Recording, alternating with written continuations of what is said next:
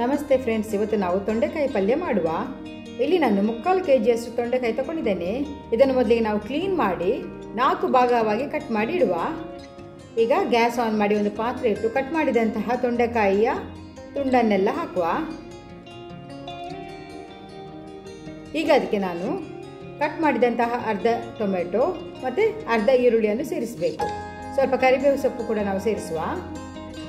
ಈಗ ಎಲ್ಲವನ್ನೊಮ್ಮೆ ಚೆನ್ನಾಗಿ ಮಿಕ್ಸ್ ಮಾಡಿ 1 ಲೋಟ ನೀರು ಹಾಕಿ ಮುಚ್ಚಳ ಮುಚ್ಚಿ ನಾವು 10 ನಿಮಿಷ ಹೈ ಫ್ಲೇಮಲ್ಲಿ ಅದನ್ನು ನಾವು ಬೇಯಿಸಬೇಕು.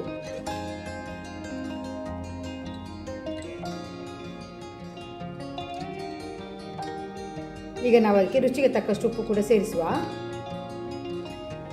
ಉಪ್ಪು ಸೇರಿಸಿದ ನಂತರ ಪುನಃ ಮಿಕ್ಸ್ ಮಾಡಿ ನಾವು ಪುನಃ ಒಂದು 2 ನಿಮಿಷ ಅದನ್ನು ನಾವು ಮೀಡಿಯಂ ಫ್ಲೇಮಲ್ಲಿ ಬೇಯಿಸಬೇಕು.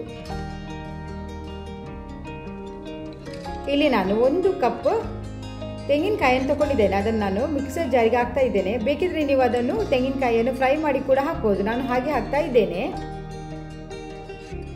ಈಗ ಅದಕ್ಕೆ ಅರ್ಧ ಚಮಚ ಅರಿಶಿನ ಪುಡಿ, 2 ಟೇಬಲ್ ಸ್ಪೂನು ಸಾಂಬಾರ್ ಪೌಡರ್ ಅಥವಾ ಸಾರಿನ ಪೌಡರ್ ಯಾವುದು ಹಾಕ್ಬೋದು. ಅದನ್ನು ನಾವು ತರಿಯಾಗಿ ರುಬ್ಬಬೇಕು. ಇಷ್ಟು ರುಬ್ಬಿದ್ರೆ ಸಾಕು. ಈಗ ರುಬ್ಬಿದ ಮಸಾಲವನ್ನು ನಾವು ಈಗ ತೊಂಡೆಕಾಯಿಗೆ ಹಾಕಬೇಕು.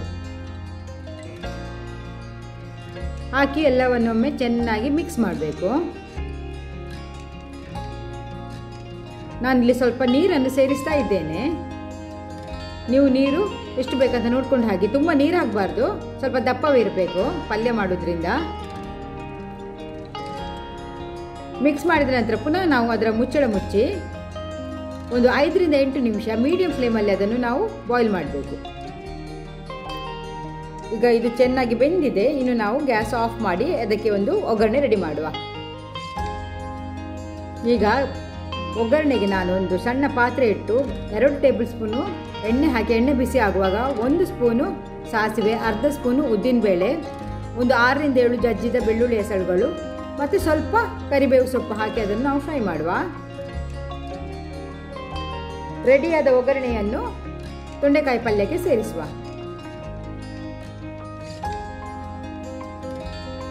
ಕೊನೆಗೆ ನಾವು ಕಟ್ ಮಾಡಿದಂತಹ ಕೊತ್ತಂಬರಿ ಸೊಪ್ಪನ್ನು ಹಾಕಿದರೆ ರುಚಿಯಾದ ತೊಂಡೆಕಾಯಿ ಪಲ್ಯ ಇಲ್ಲಿ ತಿನ್ನಲು ರೆಡಿ. ಇದು ನಾವು ಸೈಡ್ ಡಿಶ್ ಆಗಿ ರೈಸಿಗೆ, ದೋಸೆಗೆ, ಚಪಾತಿಗೆ ಯಾವುದಕ್ಕಾದರೂ ಯೂಸ್ ಮಾಡಬಹುದು. ಓಕೆ ಫ್ರೆಂಡ್ಸ್, ಹಾಗಾದರೆ ನನ್ನ ಇವತ್ತಿನ ಈ ಸಿಂಪಲ್ ರೆಸಿಪಿ ನಿಮಗೆ ಇಷ್ಟ ಆಗಿದ್ದರೆ ಪ್ಲೀಸ್ ಸಬ್ಸ್ಕ್ರೈಬ್, ಶೇರ್, ಲೈಕ್ ಮತ್ತು ಕಮೆಂಟ್ ಮಾಡಿ. ಮುಂದಿನ ಮತ್ತೊಂದು ರೆಸಿಪಿಯೊಂದಿಗೆ ಸಿಗ್ತೇನೆ. ಅಲ್ಲಿವರೆಗೆ ಟೇಕ್ ಕೇರ್, ಬಾಯ್.